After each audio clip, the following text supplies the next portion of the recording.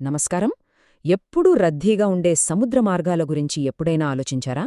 ప్రపంచ ఆర్థిక వ్యవస్థకు ఈ సముద్ర వాణిజ్యమే గుండెకాయలాంటిది కదా. అయితే ఆ సముద్రాలపై భద్రత విషయానికి వచ్చేసరికి భారతదేశమిప్పుడు అక్షరాల ఒక సరికొత్త అధ్యాయాన్ని లిఖిస్తోంది. ఈరోజు మనం భారతదేశపు సముద్రయాన చరిత్రలోనే అత్యంత కీలకమైన ఒక అద్భుతమైన మౌలిక సదుపాయాల అభివృద్ధి గురించి మాట్లాడుకోబోతున్నాం. ఈ కొత్త ప్రాజెక్టు వెనుక ఉన్న అసలు కథేంటో, అది ఎలా పనిచేస్తుందో ఎలాంటి ఆలస్యం లేకుండా నేరుగా విశ్లేషిద్దాం. ఒక్కసారి ఊహించుకోండి, సముద్రం మధ్యలో ఒక ఆకాశహర్వ్యమంత పెద్ద వాణిజ్య నౌక వేలాది టన్నుల సరుకుతో ప్రయాణిస్తూ ఉన్నట్లుండొక భయంకరమైన తుఫాన్లో చిక్కుకుందనుకోండి.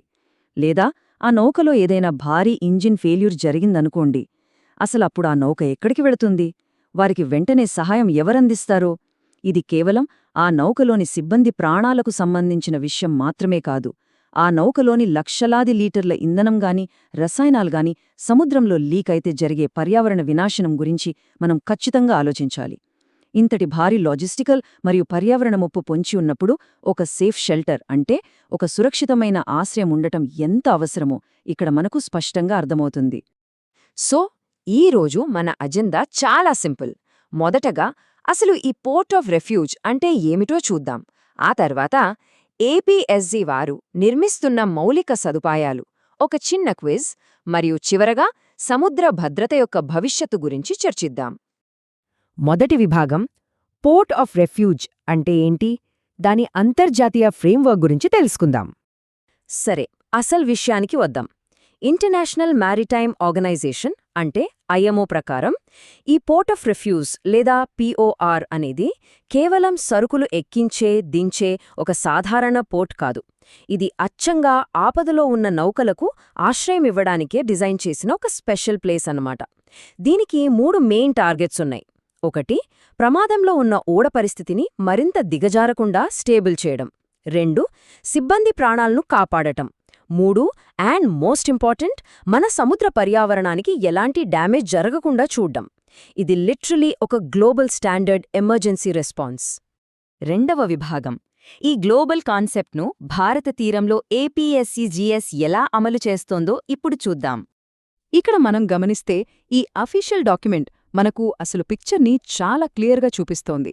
భారతదేశపు మొట్టమొదటి పోర్ట్ ఆఫ్ రిఫ్యూజ్ను ఏపీఎస్ఈజెడ్ ఎలా గ్రౌండ్ లెవెల్లోకి తీసుకువస్తోందో ఇందులో డీటెయిల్గా ఉంది.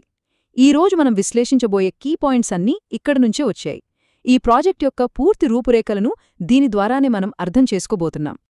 ఓకే, ఈ లాంచ్ గురించి ప్రాథమిక అంశాలను ఫాస్ట్గా చూద్దాం. మార్చి 2026 ఈ డేట్ గుర్తుపెట్టుకోండి. అప్పటికి ఈ ప్రాజెక్ట్ అధికారికంగా కార్యాచరణలోకి వస్తుంది.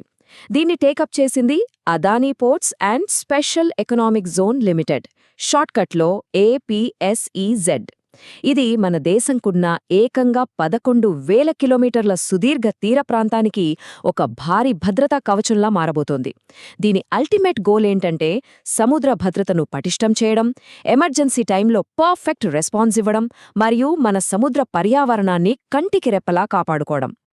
ఇక్కడ మనం మాట్లాడుకోవాల్సిన అత్యంత కీలకమైన స్ట్రాటజీ ఒకటుంది. అదే ఈ పోర్టుల లొకేషన్. 2 పోర్టులు మన దేశానికి 2 వైపులా కవర్ చేస్తున్నాయి. పశ్చిమ తీరంలో చూస్తే మహారాష్ట్రలోని దిఘీ పోర్ట్ ఉంది. ఇది అరేబియా సముద్రం మరియు ఎప్పుడూ బిజీగా ఉండే పర్షియన్ గల్ఫ్ వాణిజ్య మార్గాలను హ్యాండిల్ చేస్తుంది. ఇక తూర్పు తీరానికి వస్తే ఒడిస్సాలోని గోపాల్పూర్ పోర్ట్. ఇది బంగాళాఖాతం మరియు గ్లోబల్ ట్రేడ్కే ఒక అతిపెద్ద చోక్ పాయింట్ అయిన మలక్కా జలసంధిని కవర్ చేస్తుంది.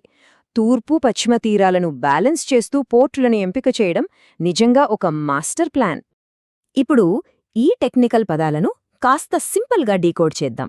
అత్యవసర సహాయ సేవలు లేదా ఈఎస్ఎస్ గురించి మాట్లాడుకుంటే, ఒకవేళ ఓడకు మంటలంటుకుంటే ఆర్పడానికి స్పెషల్గా ఎఫ్ఎఫ్సి అంటే ఫైర్ ఫైటింగ్ కేపబిలిటీస్, ఇంధనం లీకైతే అది సముద్రంలో కలవకుండా ఆపడానికి పీసీ అంటే పొల్యూషన్ కంటైన్మెంట్, ఏజెన్సీలను పర్ఫెక్ట్గా సమన్వయం చేయడానికి ఈసీఎస్ అంటే ఎమర్జెన్సీ కోఆర్డినేషన్ సిస్టమ్స్, అండ్ చివరిగా దెబ్బతిన్న ఓడను రక్షించడానికి, శిథిలాలను తొలగించడానికి ఎస్డబ్ల్యూఆర్ అంటే సాల్వేజ్ అండ్ రెక్ రిమూవల్. ఈ 4 సూపర్ పవర్స్ కలిస్తేనే ఒక పరిపూర్ణమైన పోర్ట్ ఆఫ్ రెఫ్యూజ్ తయారవుతుంది.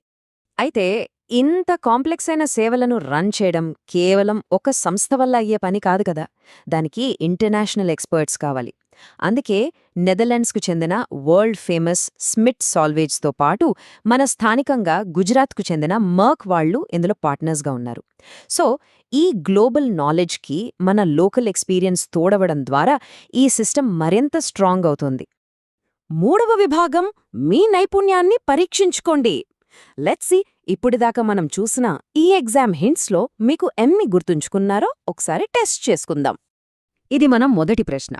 మార్చి 2026 నాటికి భారతదేశపు మొట్టమొదటి పోర్ట్ ఆఫ్ రెఫ్యూజ్ను ఆఫీషియల్గా కార్యాచరణలోకి తీసుకురాబోతున్న ఆ కార్పొరేట్ సంస్థ ఏది?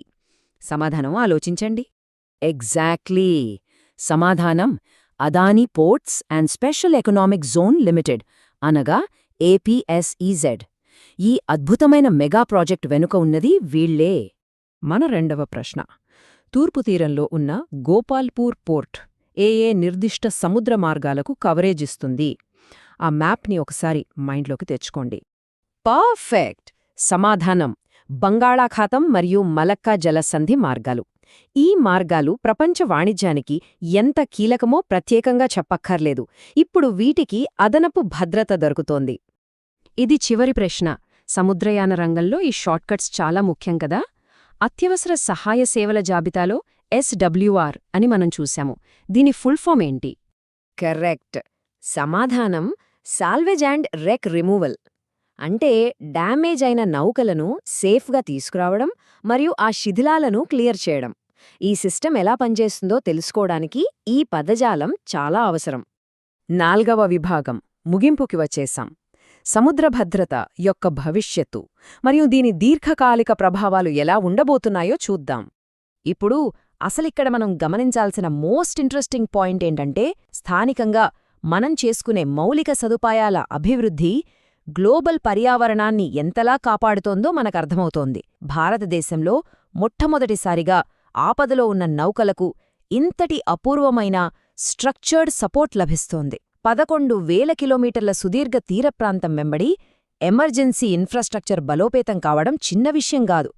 దీనివల్ల వాణిజ్యం సాఫీగా సాగడమే కాకుండా సముద్రంలో చమురు లీకేజీలు వంటి విపత్తులు జరిగినప్పుడు వెంటనే రియాక్ట్ అయి పర్యావరణాన్ని కాపాడే ఒక స్ట్రాంగ్ సిస్టమ్ మన దగ్గర ఉన్నట్లే. ఫైనల్గా ఒక్కసారి ఆలోచించండి. గ్లోబల్ షిప్పింగ్ ట్రాఫిక్ రోజురోజుకీ విపరీతంగా పెరిగిపోతోంది కదా. ఇలాంటి తరుణంలో కేవలం భారతదేశం మాత్రమే కాకుండా తమ స్వంత తీర ప్రాంతాలను మరియు మహాసముద్రాలను కాపాడుకోవడానికి ప్రపంచంలోని ప్రతి ప్రధాన తీరదేశం త్వరలో ఇలాంటి పోర్ట్స్ ఆఫ్ రెఫ్యూజ్లను తప్పనిసరిగా ఏర్పాటు చేసుకోవాల్సిన అవసరం వస్తుందా? ఇది భవిష్యత్తు కోసం మనందరం ఖచ్చితంగా ఆలోచించాల్సిన ఒక ముఖ్యమైన ప్రశ్న.